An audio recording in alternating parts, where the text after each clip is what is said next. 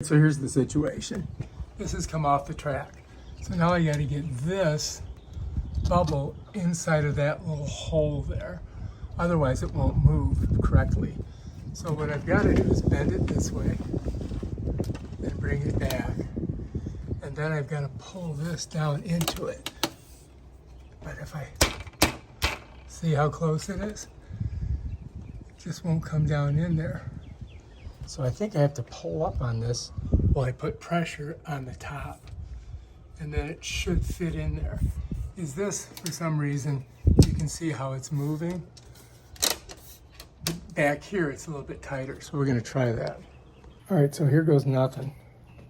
I'm gonna try to smush this in while I pull this up. Bam, got it. Now it's working. Get my hair all squared away. I don't want to look stupid. All right, so now look.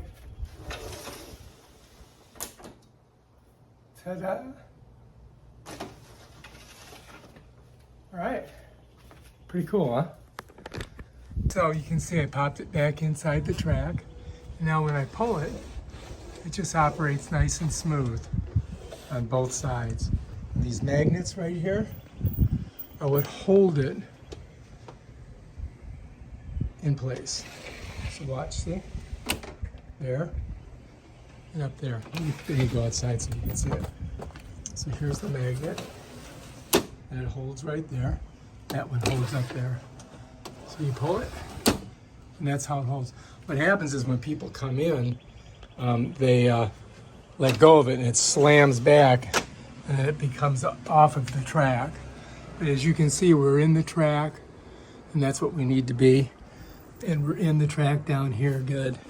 And so now we can just go ahead and pull it and put her in there. And that's how you do it. All right, if you like this video, subscribe to my channel and check out my other awesome videos where I show you stuff like this thing right here.